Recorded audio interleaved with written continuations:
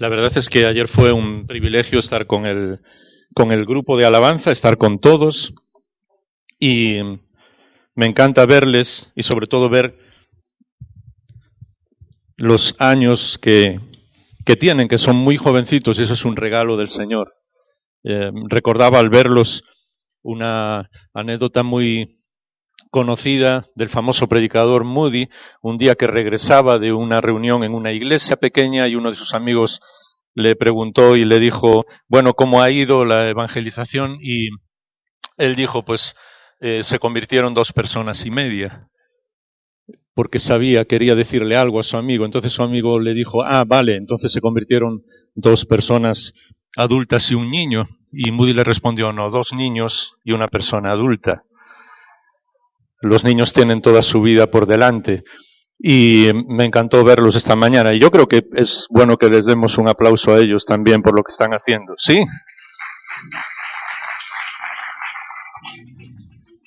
Para mí es un verdadero privilegio estar aquí y espero que en alguna oportunidad pronto pueda estar con Miriam y las niñas. Eso es la mejor parte de nuestro ministerio. Cada vez que voy a algún sitio y voy yo solo, a veces me vuelven a invitar, a veces no, pero cada vez que voy con mi familia me invitan seguro una siguiente vez, porque al verlas a ellas y ver todo lo que el Señor puede hacer con ellas y con nuestra familia es impresionante. Dan me comentaba algo de los libros, por decirlo muy rápido. ¿Conocéis alguno de los devocionales? Uno que es de historias deportivas, ya salió en el año 92, cuando fue de los Juegos Olímpicos de Barcelona. Te va explicando toda la vida cristiana por medio de historias deportivas. Hay 2 o 3 que los tenemos en español y en inglés.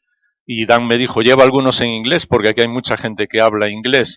Y hemos hecho una segunda parte de ese devocional con la misma estructura, pero completamente diferente, explicando desde Génesis a Apocalipsis todos los libros de la Biblia. Porque nos damos cuenta de que muchas veces las personas no saben de qué tratan alguno de los libros de la palabra de Dios.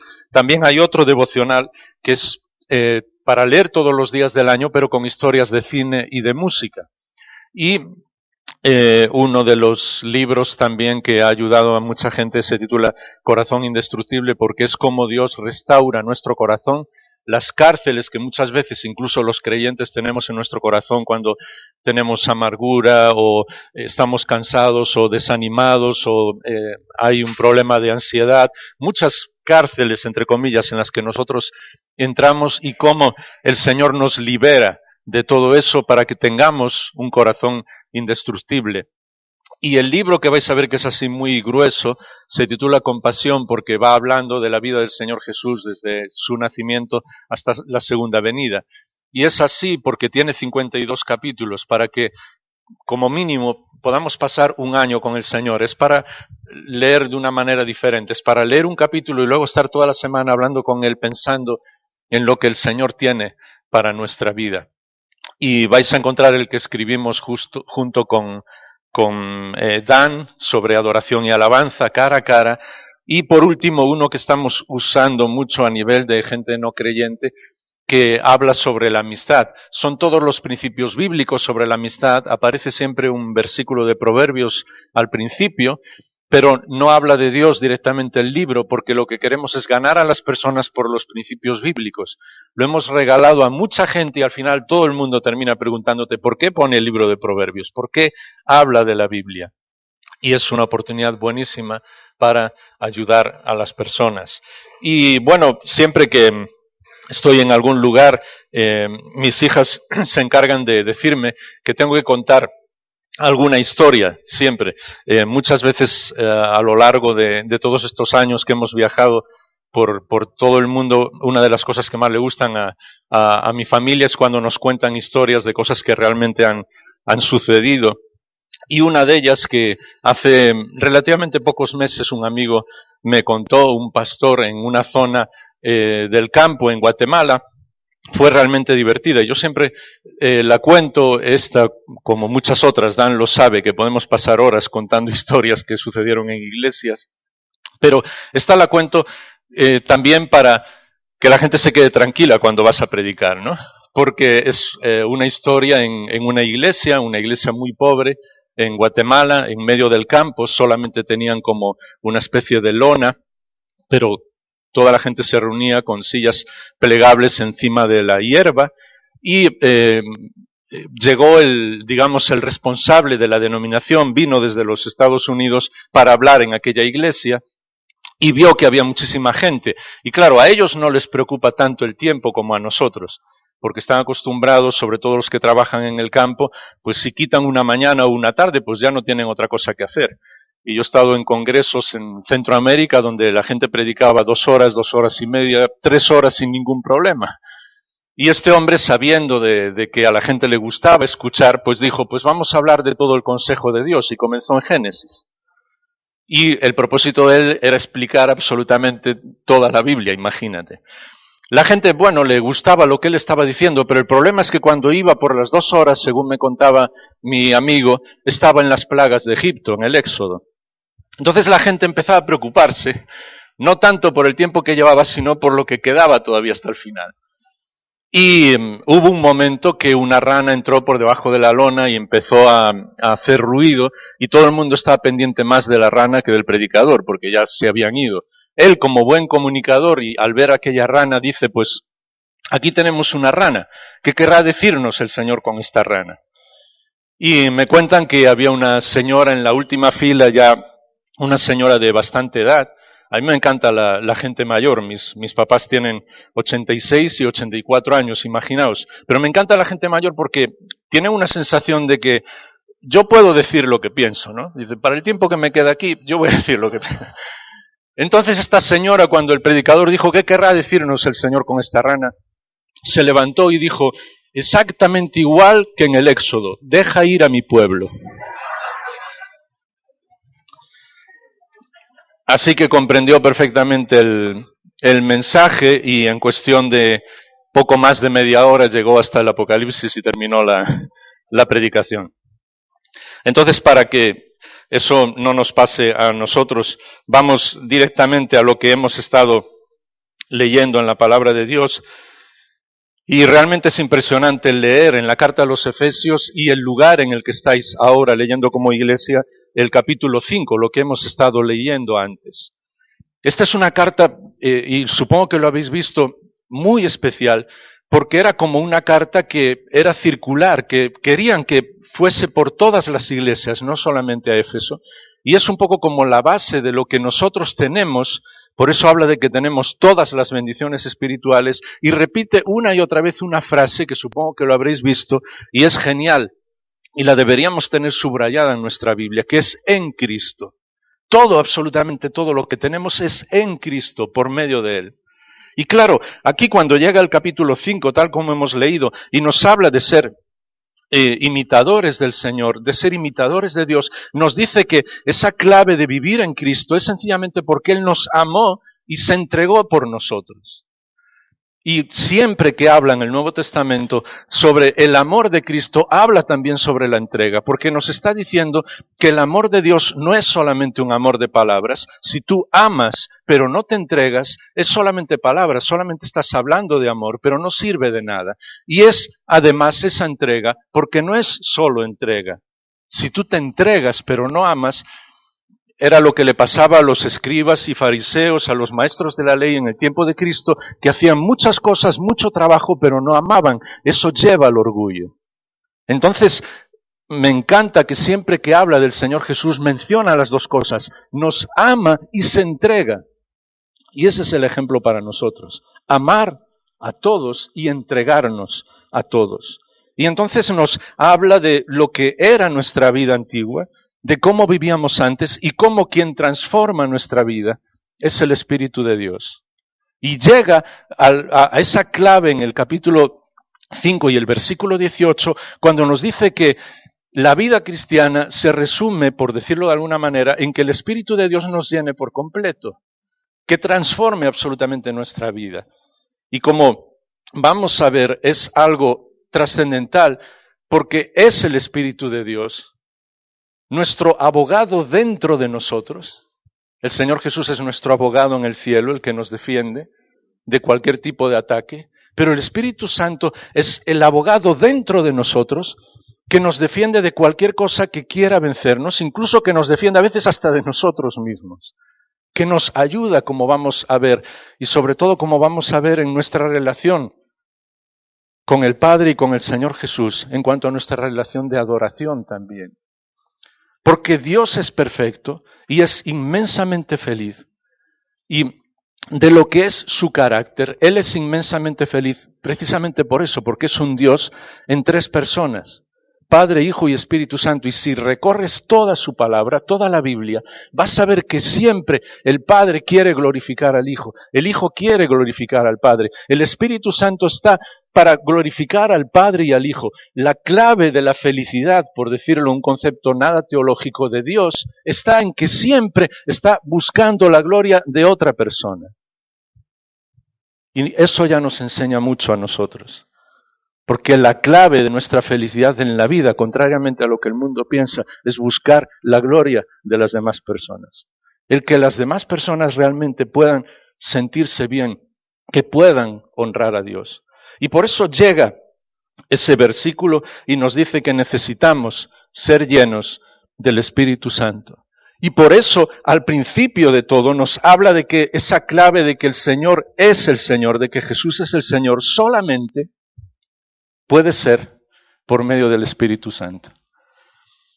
Y me impresiona que cuando leemos el libro de los Hechos de los Apóstoles, lo he dicho muchas veces y otros hombres y mujeres de Dios lo han dicho en el Antiguo, deberíamos llamarle los Hechos del Espíritu Santo.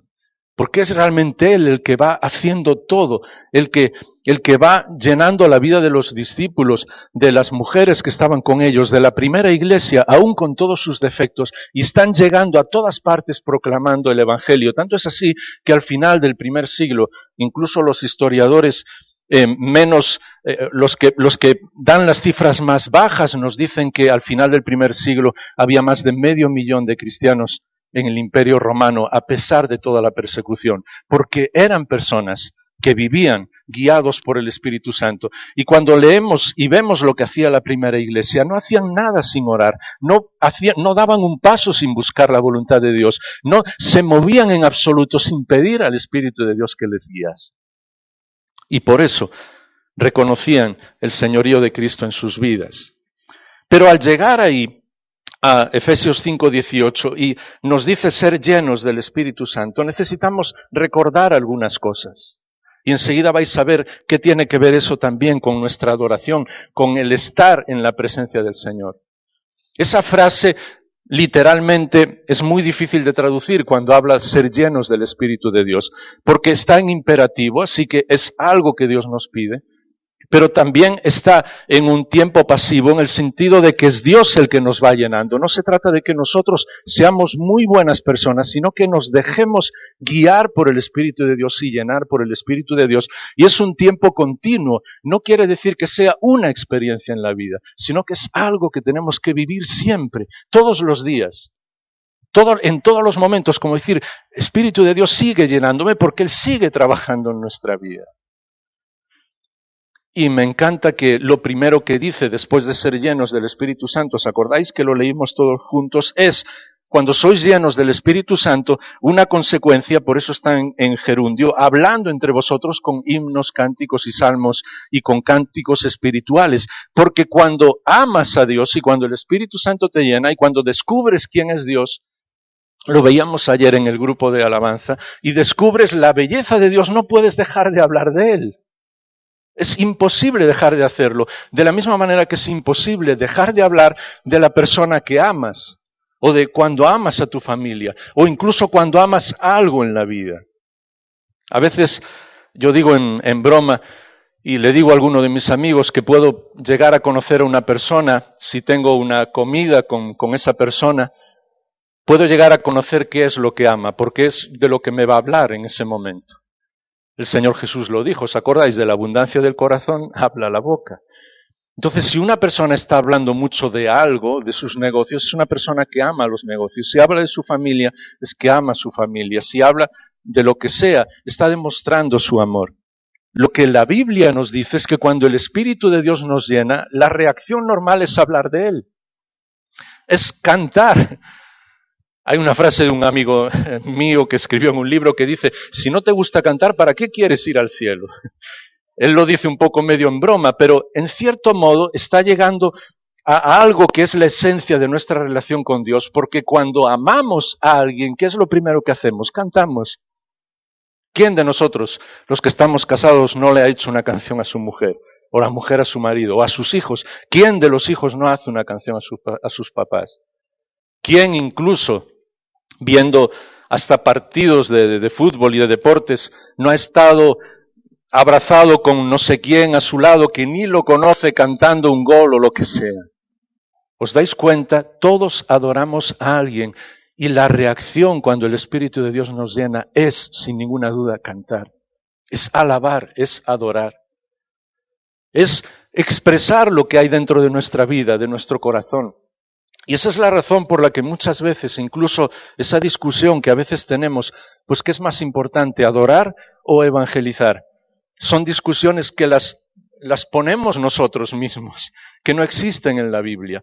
Porque cualquier persona que adora quiere hablarle a los demás de Dios a quien adora. Va a evangelizar, no puedes vivir encerrado en un lugar adorando a Dios sin expresarlo, sin decírselo a los demás. Y cualquier persona que evangeliza va a buscar a Dios y va a querer adorarle porque su corazón quiere hablarle a los demás de aquel a quien ama, a quien adora. Por eso nos dice: sed llenos del Espíritu de Dios. Porque eso es lo que el Espíritu de Dios hace dentro de nosotros. Y fijaos que la segunda consecuencia es dar gracias en todo. Y normalmente, a veces no nos damos cuenta que la adoración y la alabanza y nuestra relación con Dios tiene que ver también con agradecer. Y es curioso porque nuestro enemigo, y a veces no sé si nosotros mismos solos ya nos valemos para crear situaciones ficticias y comprender o intentar comprender cosas que no tienen mucho sentido, y a veces espiritualizamos las cosas que no debemos espiritualizar, y las que son espirituales no las tomamos como espirituales. ¿Por qué? Cuando la Biblia habla sobre agradecer, sabe muy bien lo que dice. Porque la raíz del pecado, la raíz de nuestro pecado no fue el orgullo. Pablo lo explica de una manera perfecta en Romanos capítulo 1. No fue nuestra rebeldía, la raíz de nuestro pecado fue no agradecer a Dios. Dios nos lo dio absolutamente todo, todo. Y solamente dejó un detalle para que pudiéramos ejercer nuestra libertad.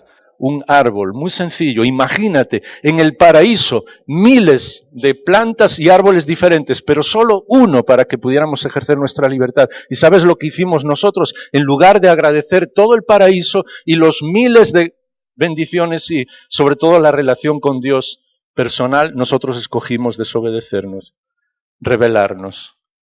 Le dimos la espalda a Dios. Y Pablo lo explica. Cuando no agradecemos, y eso es lo que me refería a espiritualizar las cosas, solo tenemos dos maneras de reaccionar en nuestra vida, y tiene que ver con ser llenos del Espíritu de Dios. Delante de cualquier situación, agradecernos o quejarnos. Agradecer, o quejarnos. Y siempre vamos a reaccionar de una de esas dos maneras. La manera que Dios quiere en nuestra vida y que hace que nuestra vida sea diferente es cuando agradecemos. La manera que nos destruye, que nos llena de amargura, que rompe las relaciones no solamente con nuestra familia, con los más queridos, sino incluso con los demás, es cuando nos quejamos. Cuando siempre encontramos quejas por todo. Y por eso, la tercera característica de ser llenos del Espíritu de Dios tiene que ver con la relación familiar. Pero esto lo dejo porque será el próximo domingo, si Dios quiere. Así que, porque es algo muy sencillo también, en ningún lugar vamos a demostrar más quién realmente somos, cómo el Espíritu nos llena, que en nuestra casa. Porque aquí podemos venir, podemos incluso tener una falsa apariencia en nuestro trabajo, pero cuando estamos en casa, cuando nos ven a todas horas y en todos los momentos, ahí se ve realmente quién somos cada uno de nosotros. Y por eso necesitamos ser llenos del Espíritu de Dios. Y ahora, en los últimos minutos, ¿por qué ser llenos y por qué esa reacción de buscar al Señor y de proclamarle y de adorarle y de estar con Él? Porque sin el Espíritu de Dios no podríamos decirle a nuestro Dios, papá, que Él es nuestro Padre. Y a veces incluso cuando decimos esa frase hasta nos suena, no sé qué pensáis, pero nos suena hasta un poco raro llamarle papá a nuestro Dios. Pues es la palabra que el Señor usó, Abba. Y eso fue lo que le impresionó absolutamente a todos, no solo a los responsables de la religión, a los maestros de la ley, a los escribas y fariseos cuando el Señor Jesús oraba, sino también a sus propios discípulos, que les dijera, dirigiros, el Padre nuestro, la primera palabra es esa, Abba, papá, que estás en los cielos. Y es el Espíritu el que transforma nuestra vida para que podamos decirle eso a Dios. Y yo sé que a veces es difícil por si alguno ha tenido malas experiencias con sus padres, pero a nivel general, sé que hay excepciones, ¿verdad que realmente siempre nuestros padres es de lo mejor que nos ha pasado en la vida? Personas que Dios ha usado para que nosotros seamos quienes somos ahora, personas que nos escucharon, que nos amaron, que nos dieron todo. Y tenemos que elevar eso hasta lo máximo que puedas imaginar para recordar quién es tu papá, que está en los cielos, Dios mismo. Y eso es lo que Pablo habla cuando está escribiendo la carta a los romanos. De la misma manera, el Espíritu también nos ayuda en nuestra debilidad, porque a veces, y veis cómo tiene que ver con la adoración y la alabanza, a veces no sabemos orar como debiéramos, pero el Espíritu mismo intercede por nosotros con gemidos indecibles. Es decir, Dios mismo está gimiendo por cada uno de nosotros, para que sepamos orar, no tanto porque nuestro papá no nos lo escuche, sino porque nosotros necesitamos saber lo que hay dentro de nuestro corazón. Y otra vez, no espiritualices eso en el mal sentido de la palabra. Sé que me entendéis y me vais a perdonar a este gallego raro que ha venido aquí. Pero en el sentido, ¿no os habéis sentido a veces que casi no sabes qué decir? Que estás delante del Señor y dices, Señor, es que tú sabes lo que me está pasando y yo no sé qué decirte. Y es el Espíritu el que está gimiendo dentro de ti, te está ayudando, está diciendo, no te preocupes, tu papá en el cielo sabe exactamente lo que estás pasando. Y por eso, Él sabe cuál es el sentir del Espíritu y Él intercede por los santos conforme a la voluntad de Dios. Y una idea más, y quizás pueda ser la última. Porque a veces no nos damos cuenta de lo que significa vivir en la presencia de Dios. En el Antiguo Testamento, Dios proclamó todo lo que Él era, porque necesitaba que el pueblo viera lo que era no solamente parte de su carácter, sino si era posible todo su carácter, su santidad, su majestad, Él era todopoderoso, omnisciente, todas las características que Dios tiene. La única manera que el pueblo podía ver eso era que Dios se expresase de alguna manera. Y cuando Él se expresaba, el pueblo tenía miedo.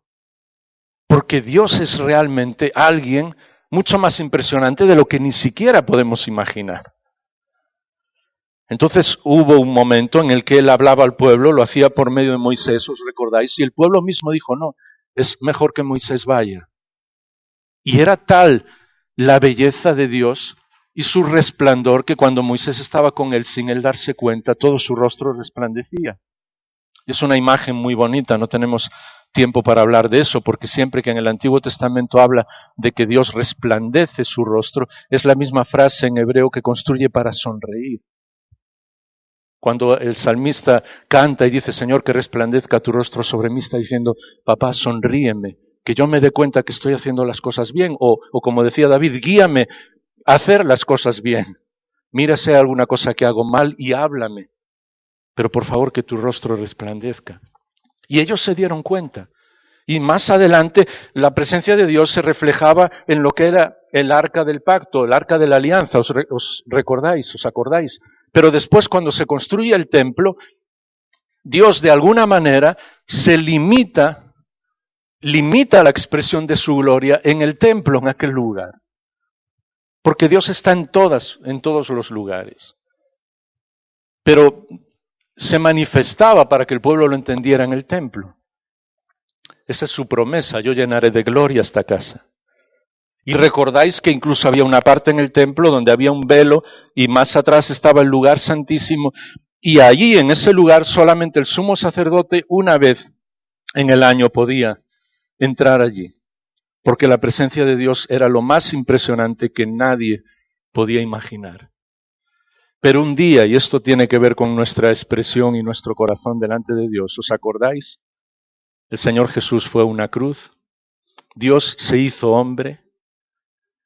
La frase que más veces repite el Señor Jesús una y otra vez al pueblo, ¿sabes cuál es? No tengáis miedo, no temáis.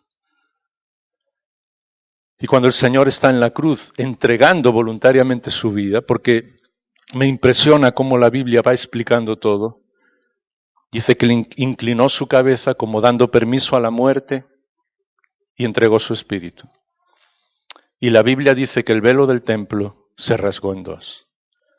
Dios le estaba diciendo a todo el mundo y sobre todo a su pueblo, ahora puedes entrar en el lugar santísimo. Y a partir de ese momento, Pablo lo argumenta en la carta, en la primera carta a los Corintios, para que no haya ninguna duda, en la iglesia más terrible que existía en el Nuevo Testamento, con problemas legales, entre ellos con problemas de inmoralidad, siguiendo líderes. O sea, una iglesia que cuando vas leyendo todas las cosas yo digo, yo no iría ahí ni de broma. Pero justo a esa iglesia, algunas de las profundidades más impresionantes de lo que somos, Dios las revela por medio de Pablo y les dice, vosotros sois ahora el templo del Espíritu de Dios. Así que, queridos hermanos, queridas hermanas, cuando Dios quiere mostrar su gloria, ahora la muestra en la vida de cada uno de nosotros. Y es mucho más de lo que imaginamos, con nuestros defectos y con nuestros problemas. Porque ¿sabes lo que ocurrió en aquel momento, incluso en el pueblo de Israel? A veces las personas no nos damos cuenta. El velo del templo se rasgó, pero después siguieron todo lo que eran los sacrificios del templo hasta el año 70. Así que es seguro que el sumo sacerdote envió a todos los levitas a reconstruir ese velo. No se dieron cuenta de que Dios ahora se manifiesta dentro de cada uno de nosotros. Si las personas quieren ver la gloria de Dios, la van a ver en tu vida. Y por eso yo uso ahí una frase que sé que me entendéis, que era como si Dios hubiera permitido dos humillaciones en su historia, en la vida del Señor Jesús al ser el hombre siervo, no por ser hombre, pero sí por hacerse siervo de todos. ¿Y creéis o no que también es una humillación lo que nosotros muchas veces somos, cómo vivimos? Pero a Dios no le importa. Sigue queriendo reflejar su gloria en la vida de cada uno de nosotros. Y sigue amándonos, y sigue sintiéndose, y lo siento que no, es imposible hablar de una manera correcta teológicamente de esto, pero sigue sintiéndose orgulloso, entre comillas, de sus hijos. Y recuerdas cuando el libro de Job, Dios habla de Job y le dice, no solamente al diablo, sino a todos los principados y potestades, fijaos en mi hijo Job. Pues ahora, de una manera que yo no puedo comprender, ni puedo explicar, y dudo que alguien pueda comprenderlo, Dios ve a cada uno de nosotros y dice, mira mi hijo, mira mi hija, yo soy su papá. Y Dios sigue manifestando su gloria en cada uno de nosotros. Por eso ser lleno del Espíritu de Dios transforma nuestra vida y la vida de nuestra familia. Por eso ser lleno del Espíritu Santo tiene que ver con vivir lleno de poder. En el Antiguo Testamento se hablaba del fuego de la adoración. Ahora ese fuego es la vida de cada uno de vosotros, de cada uno de nosotros cuando honramos al Señor. Cuando vivimos con nuestros defectos, porque ninguno de nosotros es perfecto, pero le estamos pidiendo continuamente al Espíritu de Dios, lléname, transfórmame, porque yo quiero honrarte en todas las decisiones que tomo, en todas las cosas que hago, y porque ser lleno del Espíritu de Dios. Y esta es la gran sorpresa, y con lo que me gustaría terminar, lleva fruto. Porque sabes, incluso en aquella iglesia en Corinto, y no somos mejores en el día de hoy, incluso en la iglesia del primer mundo, lo único que nos importan son los dones. Lo extraordinario las cosas, las personas que predican, que cantan muy bien, que evangelizan mucho, muchas cosas que vemos que aparentemente son dones, y no nos damos cuenta que cuando el Espíritu de Dios nos llena, en donde se ve, no es en los dones, sino en el fruto. Los dones son un regalo, y Pablo se encarga de decirlo más adelante, en la misma carta a los Efesios, a la iglesia. Así que cualquier don que yo pueda ejercer es un regalo para vosotros. Cualquier don que tú puedas ejercer es un regalo para ayudarme a mí. Pero el fruto del Espíritu es el resultado de ser lleno del Espíritu de Dios. Así que cuando las personas ven la gloria de Dios en tu vida, ¿sabes lo que ven? Amor, gozo, paz, paciencia, amabilidad, bondad, fe, mansedumbre y dominio propio. Y ser lleno del Espíritu de Dios como iglesia es que cuando conozcan las personas que no son del Señor fuera en el barrio donde estáis cada uno, en vuestra familia, la iglesia en Camarma, pues sí sepan de todo lo que hacéis, vuestro trabajo, las cosas que hacéis, eso es bueno. Pero que antes que ninguna otra cosa piensen, es una iglesia donde hay amor, gozo, paz, paciencia, amabilidad, bondad, fe, mansedumbre y dominio propio, porque ese es el fruto del Espíritu. Y por eso nosotros reflejamos, no solamente cuando adoramos al Señor, sino en todos los momentos, su gloria. Personas imperfectas, pero recuerda lo que fue trascendente, el cambio trascendente en la vida de prácticamente no solo Europa, sino después todo el mundo cuando surgió la Reforma. Y es curioso porque fueron incluso los músicos los que acunaron esa frase en latín, coram Deo, en la presencia de Dios. Todo se hace en la presencia de Dios.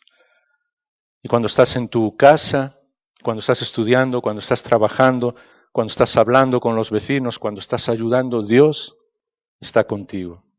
Dios está reflejando su gloria en tu vida. Él ya no está hablándole a la gente que vayan a un templo, a un lugar, para ver su gloria.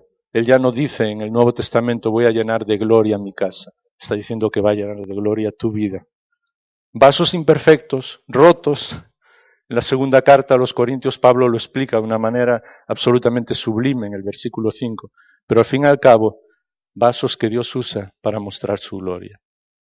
Vamos a inclinar nuestra cabeza y terminar orando. Dejar solo un minuto para que le agradezcas al Señor que su Espíritu sea el que siempre controle absolutamente tu vida y que le digas, Señor, yo quiero ser lleno de tu Espíritu, pero no en este momento, sino siempre, en todos los momentos. Y que le digas, me encantaría que mi vida, la vida de mi familia, la de mi iglesia, fuera conocida por ese fruto, amor, gozo, paz, paciencia, y que seamos capaces siempre de adorarte y alabarte, adorar y alabar a Dios en todos los momentos de nuestra vida.